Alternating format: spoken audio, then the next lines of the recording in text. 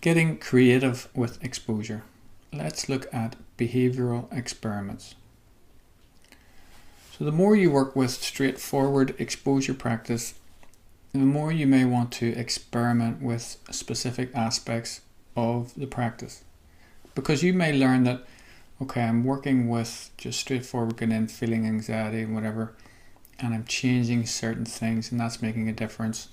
And I'm observing that safety behaviours are actually causing me more problems. So you may actually want to specifically experiment with certain things that you know you always do, and you'd like to test it with your new understanding to see what happens. So there's lots of examples in the next few pages, but examples of what way you can approach this are: what happens if you exaggerate a feared physical symptom instead of trying to control it? So for instance, somebody that fears shaking and trembling, and they try desperately to control that. So they're shaking and trembling, and I must stop shaking and trembling. And let's say instead of trying to control it, you actually exaggerate it.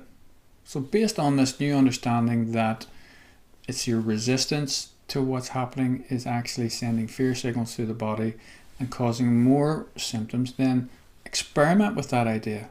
Say to yourself, okay, then let's say I try the opposite of that. Let's say I really just say, I'm going to exaggerate the shaking and the trembling and see what happens.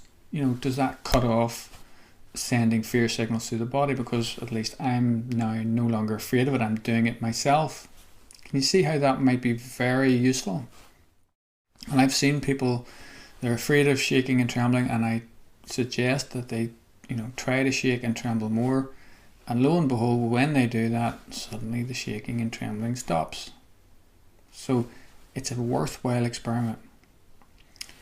What other way could you investigate safety behaviours? Just try and figure out, is there other ways that you can experiment with all these things? So what would happen if you exaggerate a safety behaviour? Sometimes people tense their legs so that they feel they won't collapse, and they think that that's actually helping.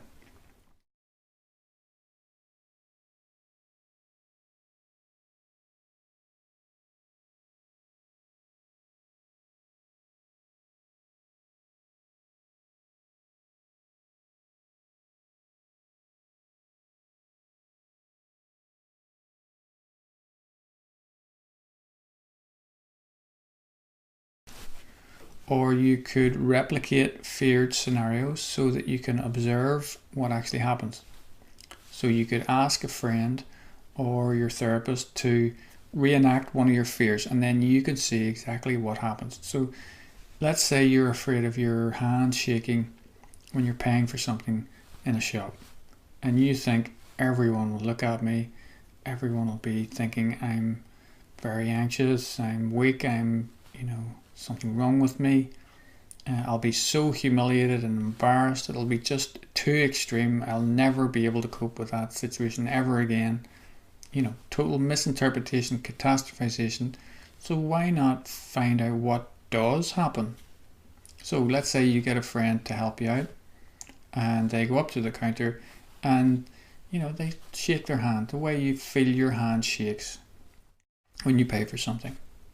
Just at that level, and see what happens. Look around. You observe other people's reactions. Is it really bad? Can you see how useful this can be? And then that changes how you catastrophize about something. You can see the reality of what actually happens. Another thing, you could conduct surveys about your fears. So you could ask your friends and family what they would think if they saw someone acting in the way you fear, because it's all guesswork in your mind. It's exaggerated catastrophization. If I did that, I would be so embarrassed, humiliated, everyone would think this and that. It's all guesswork. How about finding out the reality? Ask somebody, how would you feel if you saw somebody doing that? Then you'll find out the truth about your fears.